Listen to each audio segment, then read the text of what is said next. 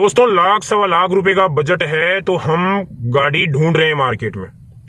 अब जब हम लाख सवा लाख रुपए का बजट लेके और मार्केट में गाड़ी ढूंढते हैं, चाहे ऑनलाइन हो चाहे ऑफलाइन हो, तो हमें दो तरह की गाड़ियां दिखती है। एक दिखती है छोटी गाड़ियां जो नई भी सस्ती आती है, जैसे अल्टो, वैगनार, i10, जेन एस्टिलो, मारुति 800, ये सब गाड़ियां भी हमें लाख रुपए के बजट के आसपास मिलती है। और इन गाड़ियों को जब नई खरीदी गई थी तब भी ये 3.5 से 4, 4.5 यहां तक मिलती है। दूसरी जो हमें लाख रुपए के बजट में जो गाड़ियां मिलती है वो मिलती है लग्जरी गाड़ियां, फुल लग्जरी, जैसे होंडा सिटी, वर्ना और इसके अलावा SX4, स्कोडा, बहुत सारी लग्जरी लंबी गाड़ियां मिलती है जिनमें पूरी फैसिलिटी होती है, शानदार अंदर से इंटीरियर होता है, लेकिन फिर भी वो लाख रुपए में मिल जाती है। अब हम क्या करते हैं कि हम छोटी गाड़ी ना लेके और लग्जरी गाड़ी लेना चाहते हैं। भाई बढ़िया गाड़ी है, कहीं भी लेके जाएंगे तो वैल्यू बढ़ेगी, लोग देखेंगे कि गाड़ी अच्छी रख रखा है। तो जब उसी बजट में एक बेहतरीन गाड़ी मिल रही है तो क्यों ना हम एक बढ़िया लग्जरी गाड़ी ले लें लाख सवा लाख में। ये हमारे माइंड में आता है, सबके माइंड में आता है, मेरे भी माइंड में ये आता था।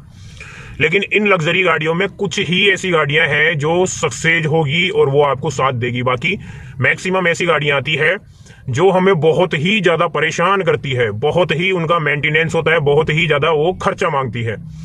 तो वो कौन सी गाड़ियां हैं और क्यों खर्चा मांगती है, ऐसा क्या रीजन है कि उन गाड़ियों में बहुत ही ज्यादा खर्चा आता है, तो इस बारे में मैं बताता हूं आपको।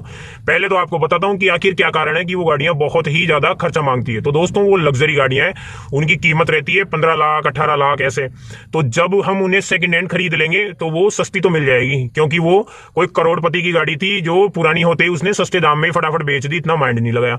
लेकिन जब भी उसमें कोई खराबी आएगी या कोई पार्ट्स चेंज करवाना होगा तो जो 15 लाख उसकी रेट है उसी हिसाब से उसके पार्ट्स मिलेंगे। तो पार्ट्स महंगे मिलेंगे, मतलब मेंटेनेंस ज्यादा बढ़ेगा। मान लो एक अल्टो गाड़ी का साइड ग्लास टूटता है तो 2000 का डलेगा, और वो गाड़ियां महंगी है तो उन गाड़ियों का 6-7 हजार का डलेगा। तो पहला तो यहीं पे खर्चा बढ़ गया। दूसरा, सर्विस कॉस्ट भी ज्यादा आती है, क्योंकि उनमें जो ऑयल वगैरह है वो ज्यादा डलते हैं, उनमें कूलेंट डलेगा वो ज्यादा डलेगा, और उनके इलेक्ट्रॉनिक पार्ट्स ज्यादा है तो उनकी खराबी ज्यादा आएगी। क्योंकि उनमें बहुत सारे फंक्शन है तो छोटे छोटे इलेक्ट्रॉनिक पार्ट्स है तो उनको ठीक कराने में खर्चा बढ़ेगा। इस वजह से लग्जरी गाड़ियों का खर्चा बढ़ जाता है। अब वो कौन सी लग्जरी गाड़ियां हैं जिनसे आपको बच के रहना है, बहुत ही ज्यादा खर्चीली गाड़ियां हैं, वो मैं आपको बता देता हूं। क्योंकि मार्केट में बहुत ही सस्ती मिल जाती है, वो 90,000, 1 लाख, 1,10,000, 1,20,000 में बढ़िया बढ़िया कंडीशन की गाड़ियां मिल जाएगी, और हम ले भी लेते हैं लालच में आके। लेकिन वो गाड़ियां बाद में बहुत परेशान करती है।